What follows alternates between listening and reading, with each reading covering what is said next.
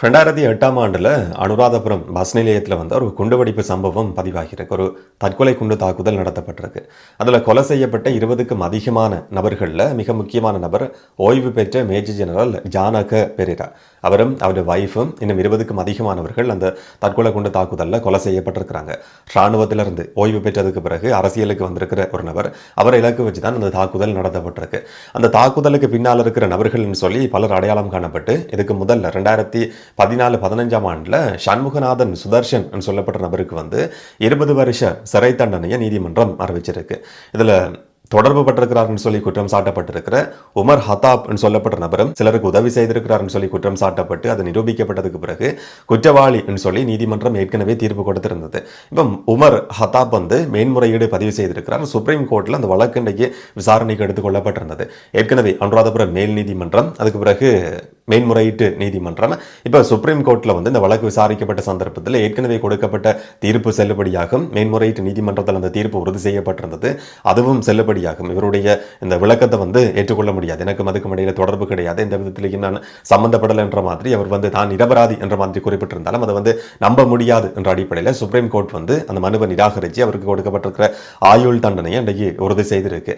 2008ஆம் ஆண்டு அக்டோபர் மாதத்தில் இந்த சம்பவம், இந்த குண்டுவெடிப்பு சம்பவம் பதிவாகி இருக்கு. ஒரு தேர்தல் அலுவலகம் அனுராதபுரம் பஸ் நிலையத்தில் திறக்கப்பட்ட சந்தர்ப்பத்தில் தான் இந்த குண்டுவெடிப்பு சம்பவம் பதிவாகுது. ஐக்கிய தேசிய கட்சியினுடைய தேர்தல் அலுவலகம் திறக்கப்பட்டிருக்கு.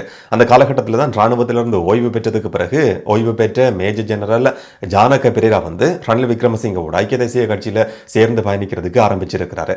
போர் காலகட்டத்தில் ராணுவத்தில் முக்கியமான பதவியில் இருந்த ஒரு நபர், போர்ல வந்து அவருடைய பங்களிப்பு முக்கியமானது என்ற அடிப்படையில் ஏற்கனவே ஹிட் லிஸ்ட்ல இருந்த நபர் என்ற மாதிரி அவருடைய பேர் இருந்ததாம். அதுக்கு பிறகுதான் இந்த சம்பவம் வந்து பதிவாகி இருக்கு. ஆனா அந்த காலகட்டத்திலையும் வந்து சில விமர்சனங்கள் முன்வைக்கப்பட்டிருக்கு. இவருக்கு கொடுக்கப்பட்ட பாதுகாப்பு உடனடியாக நீக்கப்பட்டதுக்கு பின்னால் அரசியல் நோக்கம் இருக்கு. குறிப்பா ரணில் விக்ரமசிங்க, மஹிந்த ராஜபக்ச தான் ஆட்சியில் இருந்திருக்கிறார், ரணில் விக்ரமசிங்க எதிர்கட்சியில் இருந்திருக்கிறார். அந்த காலகட்டத்திலையும் மஹிந்த ராஜபக்சவை பார்த்து இதுக்கு பின்னால் ஒரு அரசியல் உள்நோக்கம் இருக்கு, பொறுப்பை ஏற்றுக்கொள்ள வேண்டியது அந்த காலகட்டத்தில் இருந்த அரசாங்கம் தான், மஹிந்த ராஜபக்ச தான் இந்த சம்பவத்துக்கான என்னதான் ஒரு தற்கொலை குண்டு தாக்குதலாக இருந்தாலும் இதுக்கு பின்னால் ஒரு கன்ஸ்பிரசி தியரி இருக்குன்ற மாதிரி அந்த காலகட்டத்திலையும் பேசப்பட்டிருக்கு. மஹிந்த ராஜபக்ச அரசாங்கம் பொறுப்பேற்கணும் சொல்லி ரணில் விக்ரமசிங்க எதிர்கட்சி தலைவர் அந்த காலகட்டத்தில் குற்றம் சாட்டி இருக்கிறாருன்னு சொல்லி பழைய ஒரு சில ஆர்டிகளை வாசிக்கிற நேரத்தில் பார்க்க முடிஞ்சுது. அதுக்கு பிறகு எல்லாருமே ஒன்றா சேர்ந்து செயற்பட்டு கொண்டிருக்கிறாங்க. அரசியல் எப்படி விசித்திரமானதுன்றதை உறுதிப்படுத்துகிற மாதிரியான இன்னும் ஒரு சம்பவமாக தான் இந்த சம்பவத்தையும் பார்க்க வேண்டியிருக்கு. ஒரு சில வருஷங்களுக்கு முன்னால கடந்து போனோம்னு சொன்னா வேற சில சம்பவங்கள் பதிவாகி இருக்கும். இப்ப நாங்க பார்க்குற நேரத்தில் வேற மாதிரியான ஒரு அரசியலை பார்த்து கொண்டிருக்கிறோம். அந்த குண்டுவெடிப்பு சம்பவத்தில் தற்கொலை குண்டுதாரி சொல்லி அறியப்பட்டிருக்கிற நபரை வந்து அனுராதபுரம் அந்த சம்பவம் நடக்கிற இடத்துக்கு மோட்டார் பைக்கில் ஏற்றி வந்தார், அதுக்கான எல்லா உதவிகளையும் செய்து கொடுத்திருக்கிறார் சொல்லி குற்றம் சாட்டப்பட்டிருக்கு. அந்த சம்பவம் நடந்ததுக்கு பிறகு வெற்றிகரமான தாக்குதல் நடத்தி முடிக்கப்பட்டிருக்கின்ற தகவலையும் இன்னும் ஒரு நபரை சந்திச்சு இவர் வெளிப்படுத்தி இருக்கிறார் சொல்லியும் குற்றம் சாட்டப்பட்டிருந்தது. சாகும் வரைக்கும் இனி வந்து அவர் சிறையில் இருக்க வேண்டி இருக்கும். இது ஒரு முக்கியமான வழக்கு விசாரணை அன்றைக்கு வந்து பதிவாகி இருக்கு. இந்த நேரம் பிள்ளையானுடைய வழக்கு விசாரணையும் இன்றைக்கு மட்டக்களப்பு நீதவான் நீதிமன்றத்தில் நடத்தப்பட்டிருந்தது. சிறைச்சாலை பஸ்ல வந்து கடுமையான பாதுகாப்புக்கு மத்தியில் பிள்ளையான் இல்லாட்டி சிவனேசர் சந்திரகாந்தன் நீதிமன்றத்துக்கு கூட்டி போகப்பட்டிருந்தார். இப்ப அவருடைய விளக்கமறியல் உத்தரவு நீடிக்கப்பட்டிருக்கு. ஜூலை 13ஆம் தேதி வரைக்கும் விளக்கமறியல் வைக்கப்படும் சொல்லி நீதிமன்றம் ஒரு உத்தரவை பிறப்பிச்சிருக்கு. ஏற்கனவே குற்றம் சாட்டப்பட்ட மாதிரி இதுக்கு முதல்ல விசாரணையினுடைய முன்னேற்றம் சம்பந்தமான அறிக்கை வந்து நீதிமன்றத்தில் சமர்ப்பிக்கப்பட்டிருந்தது. மட்டக்களப்பில் பல பிரதேசங்களிலும் நடந்திருக்கிற கொலை சம்பவங்கள், குறிப்பா 5 கொலை சம்பவங்கள் சம்பந்தமான 6 குற்றச்சாட்டுகள் பற்றி நீதிமன்றத்தில் ஒரு அறிக்கை சமர்ப்பிக்கப்பட்டிருந்தது. சிறைச்சாலை பஸ்ல இருக்கிற சந்தர்ப்பத்தில் ஒரு ஊடகவியலாளர் கேள்வி கேட்கிறார், உங்கள் மேல சுமத்தப்பட்டிருக்கிற குற்றச்சாட்டுகள் பற்றி என்ன சொல்ல விரும்புறீங்கன்னு சொல்லி.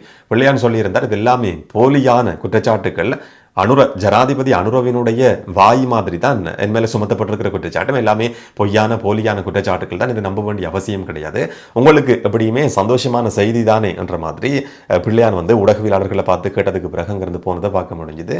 அவருக்கு கொடுக்கப்பட்டிருக்கிற பாதுகாப்பு பார்க்குற நேரத்தில் வந்து ஒரு சின்ன வித்தியாசம் தான் இருக்கு. ஒன்று சிறைச்சாலை பஸ்ல ஏறி போறார், மற்றது கைவிலங்கு போடப்பட்டிருக்கு.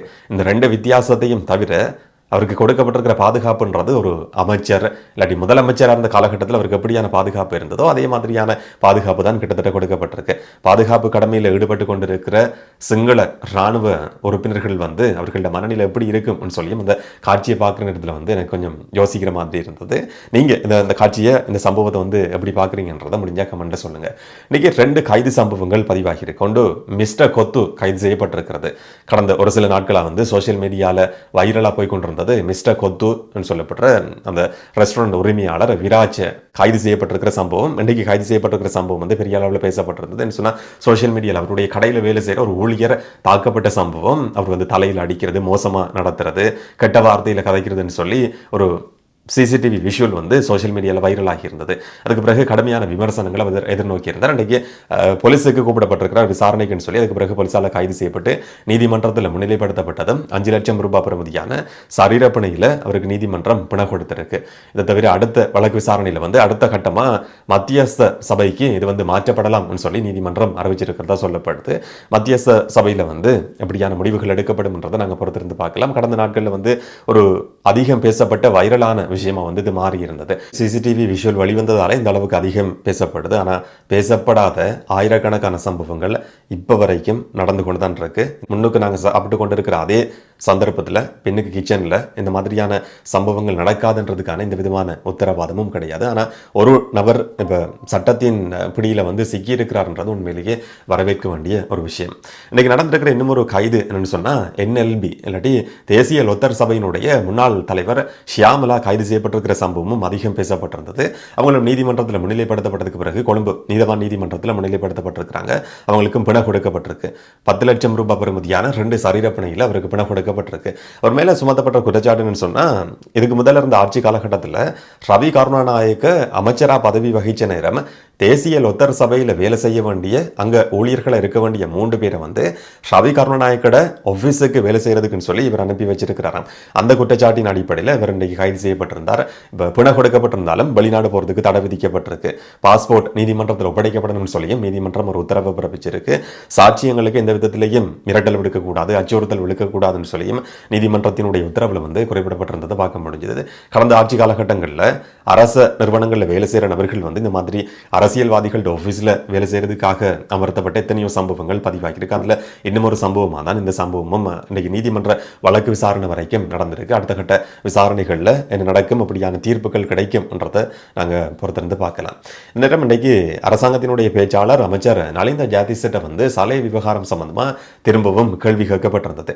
விசாரணை வந்து முடங்கி இருக்குன்றதை பற்றி கேள்வி கேட்கப்பட்டிருந்தது. அப்போ அமைச்சரவையில் பேச்சாளர் குறிப்பிடுறார், நலிந்த ஜாதிச குறிப்பிடுறார்.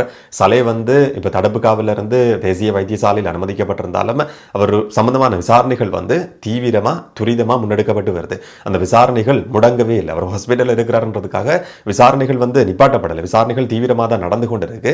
இப்போ வெளியில் ஊடகங்களுக்கு இது பற்றின விசாரணையில் என்ன கண்டுபிடிக்கப்பட்டிருக்கு என்ற தகவல்கள் வெளிப்படுத்தப்படாமல் இருந்ததுக்கு அடுத்த கட்ட நீதிமன்ற வழக்கு விசாரணையில் வந்து சில தகவல்கள் வெளிவரும் என்ற மாதிரி ஒரு விஷயத்தை வந்து இன்னைக்கு அரசாங்கத்தினுடைய பேச்சாளர் குறிப்பிட்டிருக்கிறார். சுரேஷ் சலைக்கு தேவையான மருத்துவ சிகிச்சைகள் தொடர்ச்சியாக கொடுக்கப்பட்டு வருதாம். இதுக்கு முதல்ல இருந்த நோய்கள் சம்பந்தமாகவும் இதுக்கு முதல்ல சிகிச்சைகள் கொடுக்கப்படாத நோய்கள் சம்பந்தமாக கூட இப்போ வந்து மருத்துவர்கள் அடையாளம் கண்டு அதுக்கான சிகிச்சைகளையும் கொடுத்து கொண்டிருக்கிறாங்கன்னு சொல்லியும் அமைச்சர் வந்து குறிப்பிட்டிருக்கிறார். இந்த காலகட்டத்தில் குற்றம் சாட்டப்படுற சந்தேக நபர்கள் செயற்படுற விதத்தை பார்க்குற நேரத்திலேயே விசாரணை வந்து எந்த அளவுக்கு முன்னெடுக்கப்படுதுன்றதை விளங்கிக் கொள்ளக்கூடிய மாதிரி இருக்குன்னு சொல்லி அமைச்சர் குறிப்பிட்டிருந்தார்.